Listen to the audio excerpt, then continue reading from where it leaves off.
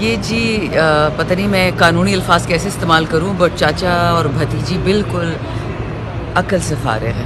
اگر میں غیر سیاسی غیر پارلیمانی لینگویج استعمال کر سکوں، رمضان کا مہینہ ہے تو مجھے بھی ذرا سوچ کے بولنا پڑے گا. پہلے مجھ پہ کیس کیا ذل شاہ والا، اگر آپ کو یاد ہے. میں تو آج بھی کہتی ہوں کہ ارشد شریف کی پوسٹ مارٹم نکالیں، ذل شاہ کی نکالیں، اور بیبی عمار کو کس طرح قتل کیا گیا، ان میں سے ایک نہیں بچے گا. لیکن اتنی ہمت ان کی ہے نہیں کہ ان کی پوسٹ مارٹم رپورٹس نکالے یا ان کی دوبارہ پوسٹ مارٹم کریں. اچھا، پہلا کیس تو اس معاملے پہ تھا جو اسکواش بھی کر دیا گیا. ایک ججمنٹ آئی ہے معظم بٹ صاحب نے، وہ کس بھی پشاور میں کیا تھا.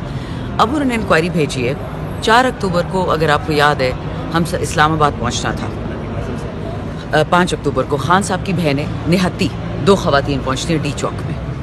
وہاں پہ ان دونوں خواتین پہ 144 دفعہ لگا دی جاتی ہے. 144 تب ہوتی ہے جب 5 سے زیادہ لوگ ہوں تو آپ ان کو پروٹیسٹ سے روک سکتے ہیں، احتجاج سے. 2 خواتین کو اٹھا کے لے گئے، نہ بٹوا نہ ٹیلی فون. اگر آپ کہتے 26 آئینی ترمیم آنے والی تھی ان دنوں میں، زرتاج گل کو کسی بازار سے اٹھایا بغیر دوپٹے کے، بغیر جوتوں کے، اور پھر 5 کے بعد علی امین کو غائب کر دیا کچھ گھنٹوں کے لیے. میں نے ایک ویڈیو ٹویٹ کی انگریزی میں، ان کو مسئلہ بیسکلی انگریزی سے تھا. میں نے یہ کہا کہ ایک ملک میں عمران خان کے ایک بے گناہ آدمی جو جیل میں بیٹھا ہوا ہے، پہلے اس کو جیل میں بند کیا، پھر اس کو بہنوں کو اٹھا لیا، پھر زرتاج کو اٹھا لیا، پھر ہمارے سی ایم کو. یہ نیوکلیر آرمڈ ملک ہے. یہ آپ نے ہمیں مذاق سمجھا ہوا ہے. تب ڈونلڈ ٹرمپ کا الیکشن نہیں ہوا تھا، تب بھی بائیڈن کا ایرا چل رہا تھا. میں کہا جی آپ نے ووٹ آف نو کانفیڈنس تو کروا دیا، لیکن آپ پاکستان کو ہلکا مت لیں. اس سے زیادہ بات نہیں ہوئی ہے. اب مجھے سمجھ نہیں آیا. اور ہاں، میں نے یہ کہا کہ جو این جی اوز ہم پہ بڑے بڑے تمغے دیتے ہیں کہ جی آپ ہیومن رائٹس کو رسپیکٹ نہیں کرتے، خواتین کے حقوق کو رسپیکٹ نہیں کرتے، تو اس طرح علیمہ خان کو اٹھانا، ڈاکٹر عظمیٰ کو اٹھانا، یہ کون سے آئینی حقوق اور انسانی حقوق کی عکاسی کرتا ہے؟ اس پر ان کو تب چڑھ گئی کیونکہ میں نے یو این کو ایڈریس کیا، میں نے ان کو ٹیگ کیا. تو یہ انہوں نے کیا کیا کہ جس رات کو 1:30 بجے وہ ٹویٹ ہوئی ہے، صبح انہوں نے پتہ نہیں کون سی انکوائری بھی کی ہے، مجھے نوٹس بھی آ گیا، انکوائری کمپلیٹ بھی ہو گئی، ایف آئی آر بھی ایشو ہو گئی ہے. ان کے فائروں سے کوئی نہیں ڈرتا. لیکن کیونکہ ابھی انشاءاللہ اپریل میں ہم بڑا احتجاج کرنے جا رہے ہیں، تو ہمیں آرڈرز آئے ہیں جنید اکبر سے، ہمارے جو تنظیم کے ہیڈ کے پی کی، کہ خبردار کوئی ایم این ایم پی غائب ہو گیا، جیل میں چلا گیا، تاکہ آپ چھپیں احتجاجوں سے. ہم نہیں چھپ رہے، ہم ان کا آرڈر مان رہے ہیں. ہم نے باقی کیسز میں بھی معظم بٹ صاحب نے اور ان کی ٹیم نے ہمارے لیے اومنی بس بھی ہم نے بیلز لی ہیں، ہم نے ٹرانزٹ بیلز بھی لی ہیں. مزے کی بات ہے، جنید اکبر سے اس دن کسی نے سوال پوچھا کہ سر آپ لوگ کیوں نہیں آئے قومی کیا ہے سلامتی کے اجلاس میں، آپ کو آنا چاہیے تھا. تو جنید نے کہا کہ جی دہشت گردی کے پرچے ہم پہ کاٹتے ہیں، پیکا کے پرچے ہم پہ کاٹتے ہیں، سائبر ٹیررزم کے پرچے ہم پہ کاٹتے ہیں، ڈیجیٹل دہشت گرد آپ ہمیں کہتے ہیں، تو پھر قومی سلامتی میں ہم کیوں بٹھاتے ہیں؟ کر لیں آپ لوگ جو فیصلے کرنے ہیں. بالکل اس بندے کی اس نے بولتی بند کر دی. اور واقعی ہم ہی پہ پرچے کٹ رہے ہیں. دہشت گرد کل آپ نے دیکھا بنو میں کیا ہوا ہے، 2 بھائیوں کو، ایک کو حلال کر دیا اسی وقت شہید کر دیا، دوسرا بھی ہسپتال میں. پھر 3 ہفتے پہلے بنو میں سانحہ ہوا تھا، 15 بچے، اتنے پیارے پیارے بچے شہید ہو گئے. کرم پڑ چنار کے رستے بند ہیں، لوگوں کی زندگی حرام ہے. مفتی منیر شکور کو شہید کر دیا، حامد الحق صاحب کو، مولانا صاحب کو شہید کر دیا. تو مجھے بتائیں، ان کا سارا دن پی ٹی آئی کے پیچھے گھومتے، پھر ہم بات بھی نہ کریں. ایک ایم این اے، ایک ایم پی اے، سینیٹر کر ہی کیا سکتا ہے، بول ہی سکتا ہے. میں کون سا بندوق اٹھا کے ان کے پیچھے گھومتی ہوں؟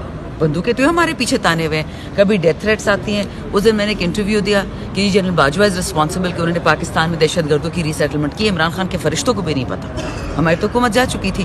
اس کے بعد فرینڈلی فائر آ رہا ہے کہ میڈم آپ باجوہ کے بارے میں بولیں گی تو آپ سے ہم دیکھ لیں گے. تو مجھے تو سمجھ نہیں آ رہی کہ یہ لوگ کہاں رکیں گے. عدالتوں میں ہمارے پیچھے پڑے ہیں، تھریٹس ہمیں دے رہے ہیں، ہمارے گھروں میں لوگ آ رہے ہیں ہمیں تھریٹس دے رہے ہیں، ایم این اے اس کو ریٹن خط آ رہے ہیں. سو اگر ان کو لگتا ہے اس مہینے میں بہت کلیئر ہو جانا چاہیے، ہم رب العالمین کے علاوہ کسی کو سجدہ نہیں کرتے. یہ جس عہدے بھی فائز ہوں گے سجدہ ایک رب کو ہوگا. کرنا ہے جو کر لو، ان کے ہاتھ آزاد ہے. ہمارے پاس کچھ بھی نہیں ہے. ان کے پاس ریاست بھی ہے، ان کے پاس بندوق بھی ہے، ان کے پاس پولیس بھی ہے، الیکشن کمیشن بھی ہے. اب تو 26ویں ترمیم کے بعد ان کے پاس عدالتیں بھی آ گئے، جج بھی آ گئے. ہم ان کا کیا بگاڑ لیں گے؟ لیکن بولنے کا حق مجھے آئین نے بھی دیا ہے، اللہ نے بھی دیا ہے، وہ میں نہیں چھوڑوں گی کبھی بھی نہیں. جی سر، آج کے سوال کا بتا دیں.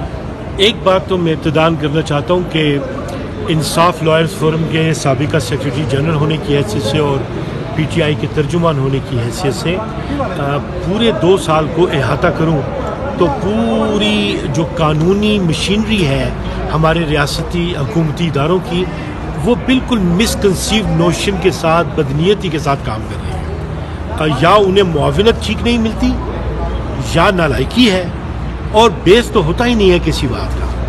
تو محترمہ شاندانہ گلزار صاحبہ کو بنیادی طور پہ ایک نوٹس پہلے مریم نواز صاحبہ نے دیا تھا اپنے بندے کو آگے کر کے, اس لیے کہ یہ ہماری ایک بولڈ لیڈر ہے, واضح انداز سے بولتی ہے پارلیمان میں, تو انہیں انٹیمیڈیٹ کرنے کے لیے اسے ہم نے چیلنج کیا تھا پشاور ہائی کورٹ میں, اور وہ فیصلہ جو ہے ہمارے حق میں صادر ہوا تھا, ان کا نوٹس بھی خواش ہوا تھا اور ان کے اقدام کو بدنیتی بھی قرار دیا گیا تھا. تو یہ چونکہ سیاسی معاملہ ہے, اب یہاں پہ آ کے انہوں نے ایک اور ٹویٹ انہوں نے کی اور اس پہ جو ہے انہوں نے ایف آئی آر کر دی, اور ایف آئی آر پہ کیس بنا دیا کہ جی آپ نے ریاستی اداروں کے خلاف بات کی ہے, ساورینٹی کے خلاف بات کی ہے. اور مزے کی بات یہ کہ اس پوری ایف آئی آر میں ایک جگہ بھی انہوں نے یہ نہیں کہا کہ آخر کیا ہے, کون سی ایسی بات کی ہے جو کہ انٹیگریٹی جو ہے ہماری ریاست کی خطر میں پڑ گئی ہے.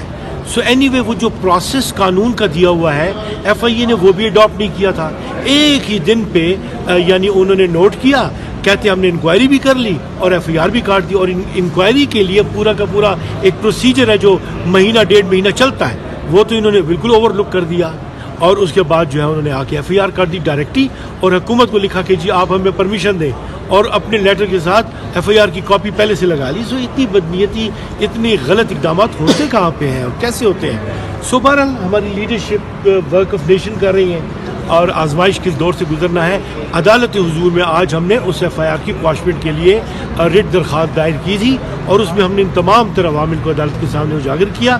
عدالت نے ویری گریشیسلی ان قانونی نکات کو دیکھتے ہوئے اور آرٹیکل 4 کو دیکھتے ہوئے, آرٹیکل 19 کو دیکھتے ہوئے جو ہے ہمیں ریلیف گرانٹ کیا. ایف آئی اے کو کہہ دیا کہ وہ بالکل گرفتاری نہیں کریں گے پٹیشنر کی آئندہ تاریخ تک, اور انہیں نوٹس دے دیا ہے. سو اب ان تمام اتھارٹیز کو عدالت میں اپنا جواب دینا ہوگا, پیش ہونا ہوگا. سو یہ آج کا پس منظر تھا.